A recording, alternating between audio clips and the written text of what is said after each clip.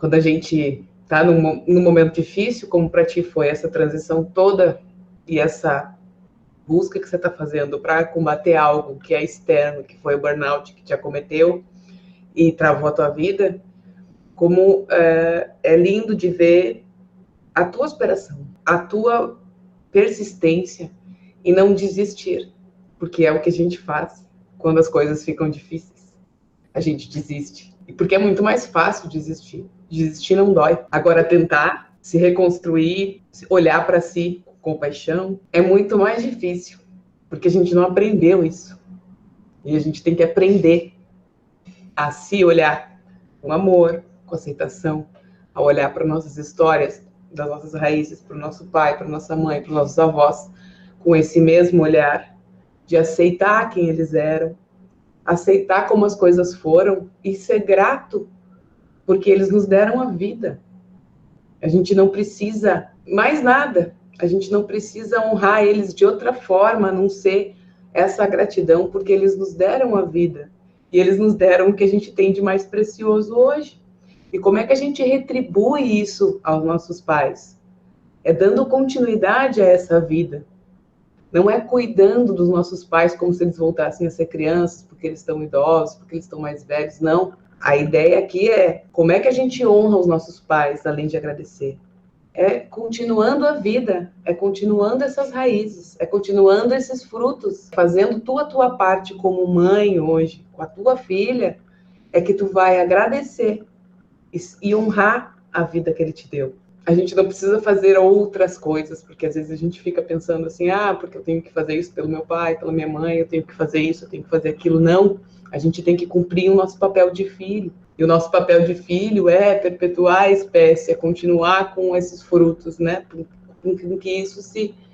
Para a gente levar tudo de bom que a gente aprendeu e a gente saber também, nesse caminho que a gente está fazendo, de se reconstruir, de ressignificar o que não foi tão bom assim, mas saber que foi o melhor que eles podiam fazer dentro das condições que eles tinham. E isso alivia o nosso coração, a nossa alma, a nossa vida toda, porque fica mais leve. O fardo fica mais leve quando você olha com um olhar de compaixão. E aí você aceita o processo, você aceita as suas raízes, você aceita os problemas que aconteceram, ressignifica o que te fazia mal até hoje, entendendo de outra forma, tu vai trazer, como você está tentando trazer um outro ambiente para tua filha, fazendo o quê? Com que ela tenha um ambiente saudável, né? Com que? Com você estando saudável. Então, essa preocupação contigo, de fazer esse trabalhinho, de se reconstruir, de se cuidar, de se amar, de aprender a fazer todo esse processo, é por ela também. Não é só por ti, né? E essa é a forma de honrar os nossos pais. É a gente cuidando da gente como pais, como mães, e fazendo isso pelos frutos que são os nossos filhos. Porque quanto melhor a gente tiver da nossa saúde mental, emocional, física, melhor os nossos filhos vão estar. Por quê? Porque quando a gente tenta esconder alguma coisa de uma criança, de um filho, a gente não consegue. Porque eles conseguem enxergar e entender as entrelinhas de tudo que está acontecendo, independente do que tu fala. Quando a gente está naquele estágio bem ruim, que a gente tenta se esconder chorando no banheiro, não adianta, porque eles sentem o que a gente está sentindo. Então não adianta querer tapar o sol com a peneira, tentar se esconder no banheiro, chorar sozinha, fazer as coisas longe dela, porque mesmo que a gente vá para a praia chorar, que a gente tem essa opção aqui, elas vão sentir.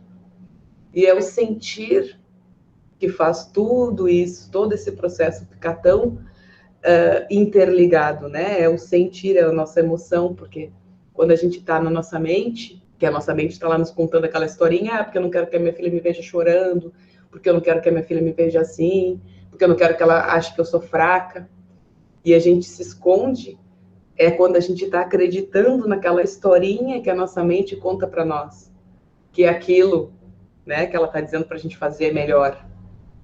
Mas não é pela nossa mente que a gente consegue nos reconstruir, é pelo nosso coração, é pelo nosso sentir, é pelo nosso trilhar, é pelo nosso caminho mesmo do sentir, né, das nossas emoções. Esse caminho todo que a gente fez até aqui foi para tentar se reconectar com tudo isso que a gente faz, a nossa sociedade faz com que a gente fragmente, né, a nossa mente cognitiva, as nossas emoções, o nosso corpo, tipo, tudo separado, né, a maneira com que a gente aprende na escola, tudo é muito separado, tudo é muito fragmentado, e a gente às vezes sente essa fragmentação dentro de nós, né? Porque a gente não entende que na nossa mente, no nosso processo mental, estão as nossas emoções.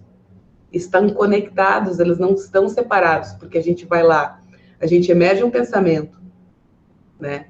Começa lá, aquele pensamento vai nos gerar uma sensação, uma emoção. Primeiro uma emoção que vira um sentimento. Então, não é separado a nossa mente do nosso corpo emocional, o nosso corpo mental. Então, a gente pensou lá. Então, ela está à frente, por quê? Porque quando a gente condiciona os nossos pensamentos naquele ciclo vicioso lá negativo, que a gente está com medo, com frustração, com ansiedade, com tudo, com todas essas coisas, começa lá na nossa mente. Mas quem sente é o nosso corpo emocional. E as nossas ações vão depender do que a gente está sentindo.